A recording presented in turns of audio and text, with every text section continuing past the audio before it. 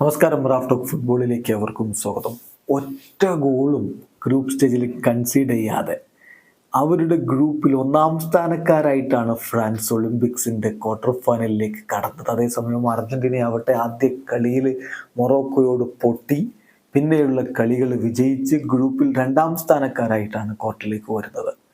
പക്ഷേ Argentina versus France മത്സരം അതേത് തലത്തിലുള്ള കളിയാണെങ്കിലും ഇപ്പോഴത്തെ സാഹചര്യത്തിൽ രണ്ട് വൈരികളുടെ പോരാട്ടം, തീ പറക്കുന്ന പോരാട്ടം എന്ന് നമുക്ക് ഉറപ്പായും പറയാം. ഇപ്പോൾ ഹാവിയർ മഷറാനോ, അർജൻറ്റീനയുടെ ഇതിഹാസ താരങ്ങളിൽ ഒരാൾ, അർജൻറ്റീനയുടെ ഈ അണ്ടർ-23 ടീമിൻ്റെ കോച്ച്, അദ്ദേഹം ഈ കളിയെക്കുറിച്ച് ചില കാര്യങ്ങൾ പറയുന്നുണ്ട്. TYC സ്പോർട്സ് അത് റിപ്പോർട്ട് ചെയ്യുന്നു.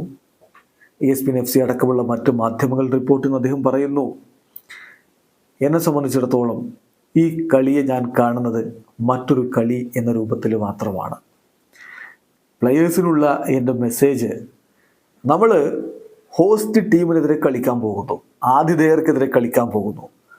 അപ്പോൾ ഫാൻസ് സ്വാഭാവികമായിട്ടും അവർക്ക് അനുകൂലമായിട്ടായിരിക്കും നിൽക്കുക. ഇതിപ്പോൾ നമ്മൾ മൊറോക്കോക്കെതിരെ കളിച്ചപ്പോഴും ഇറാഖിനെതിരെ കളിച്ചപ്പോഴും ഫാൻസ് അവർക്ക് അനുകൂലമായിരുന്നു, എതിരാളികൾക്ക് അനുകൂലമായിരുന്നു. അപ്പോൾ നമ്മൾ പുറത്തു നടക്കുന്ന കാര്യങ്ങളെക്കുറിച്ച് ചിന്തിക്കേണ്ടതില്ല, നമ്മുടെ കൺട്രോളിലുള്ള കാര്യങ്ങളിലേ ചിന്തിക്കേണ്ടതുള്ളൂ. കളിയെക്കുറിച്ചാണ് നമ്മൾ ചിന്തിക്കേണ്ടത്, അതിനെക്കുറിച്ചാണ് നമ്മൾ ഫോക്കസ് ചെയ്യേണ്ടത്. കളി എങ്ങനെ നടത്താം, എങ്ങനെ നമുക്ക് കളിക്കാം എന്നല്ലാതെ മറ്റ് കാര്യങ്ങളെക്കുറിച്ച് ചിന്തിച്ച് നമ്മുടെ എനർജി വേസ്റ്റ് ആക്കുന്നതിൽ ഒരു അർത്ഥവുമില്ല. തീർച്ചയായിട്ടും ഒരു മികച്ച പോരാട്ടത്തിന് നമ്മൾ ഒരുങ്ങണം. എതിരാളികൾ ഫ്രാൻസ് ആണെന്ന് പറയുമ്പോൾ അവർ ശക്തമായ ടീമാണ് എന്നുള്ള കാര്യത്തിൽ ഒരു സംശയവും വേണ്ട.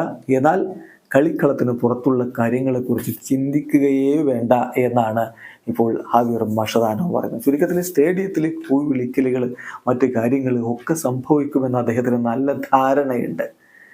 അതിപ്പോൾ അർജൻറ്റീന ഇവിടെ കളിച്ച ആദ്യ കളി മുതൽ അതൊക്കെ അനുഭവിക്കുന്നുമുണ്ട്.